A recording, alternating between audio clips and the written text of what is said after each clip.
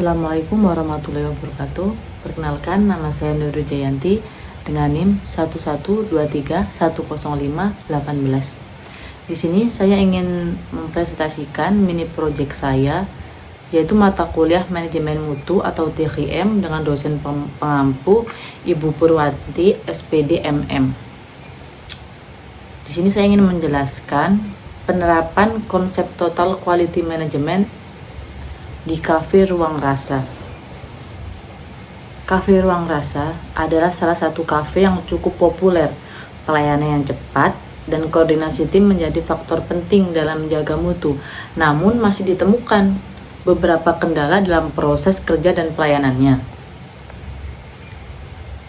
Permasalahan mutu di Cafe Ruang Rasa itu poinnya yang pertama adalah koordinasi antara karyawan kurang baik sehingga menyebabkan beberapa pekerjaan sering tumpang tindih dan memakan waktu lebih lama untuk diselesaikan.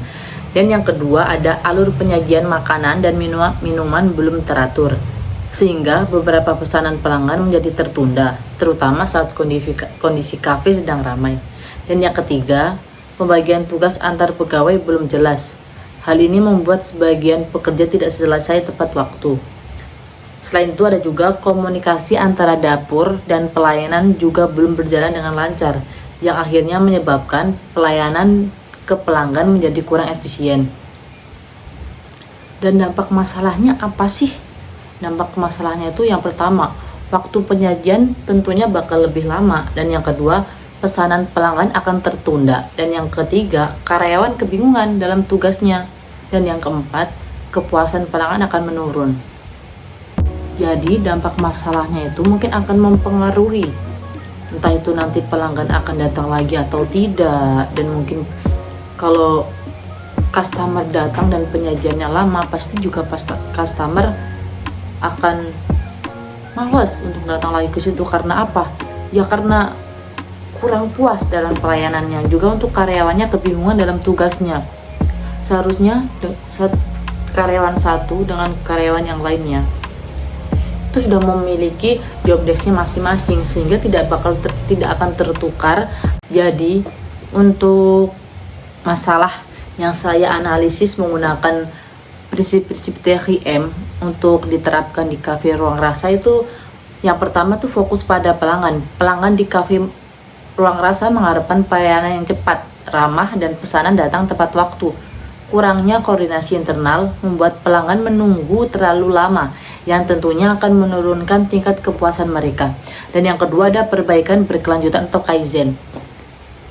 Cafe Ruang Rasa perlu melakukan evaluasi secara rutin terhadap alur kerja dan sistem penyajian agar bisa menemukan cara yang lebih efisien dalam melayani pelanggan. Kemudian untuk yang keterlibatan karyawan, setiap karyawan mulai dari barista, pelayan, hingga staf dapur perlu dilibatkan dalam proses perbaikan mutu. Karena apa? Karena mereka yang bekerja langsung di lapangan pasti tahu kendala yang nyata atau ide-ide praktis yang dapat diterapkan. Ada juga untuk pengukuran kinerja mutu, diperlukan data atau indikator kinerja, misalnya waktu rata-rata penyajian pesanan, jumlah keluhan pelanggan, dan hasil survei kepuasan pelanggan. Dengan data itu, manajemen bisa menilai apakah perbaikan yang dilakukan sudah efektif atau belum. Dan kemudian ada kepemimpinan mutu. Nah, untuk kepemimpinan mutu ini, peran manajer atau supervisor atau atasan itu sangat penting. Mereka harus mampu memimpin dengan memberi contoh, memastikan koordinasi antar staf berjalan dengan baik, dan memberikan arahan yang jelas tentang tanggung jawab mereka masing-masing.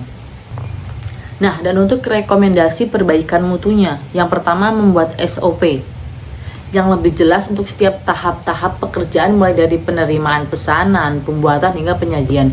Dan yang kedua, melakukan briefing singkat setiap hari sebelum membuka kafe agar pembagian tugas harian lebih teratur dan setiap karyawan tahu job desk-nya masing-masing dan tahu tanggung jawabnya masing-masing. Dan untuk yang ketiga, menerapkan sistem komunikasi internal yang cepat, misalnya melalui grup pesan di WhatsApp, atau untuk mengkoordinasi antara yang di dapur dan pelayan supaya pesanan bisa dikoordinasikan dengan lebih efisien dan tidak ada kesalahan dalam pesanan. Dan untuk yang keempat, memberikan pelatihan teamwork dan komunikasi efektif agar setiap karyawan bisa bekerja sama dengan baik. Dan kemudian yang terakhir, melakukan evaluasi mingguan untuk meninjau kendala, keluhan pelanggan, serta masukan dari pelanggan, sehingga perbaikan akan dilakukan secara terus-menerus secara berkelanjutan. Kemudian yang terakhir ada manfaat yang diharapkan. Yang pertama, tentunya pelayanan menjadi lebih efisien dan cepat. Yang kedua, ada koordinasi antara karyawan yang meningkat. Dan yang keempat, pelanggan merasa lebih puas. Dan yang terakhir, ada mutu cafe yang meningkat secara berkelanjutan. Sekian mini project yang dapat saya sampaikan, semoga bermanfaat bagi para penonton. Maaf apabila ada salah kata atau salah kalimat. Wassalamualaikum warahmatullahi wabarakatuh.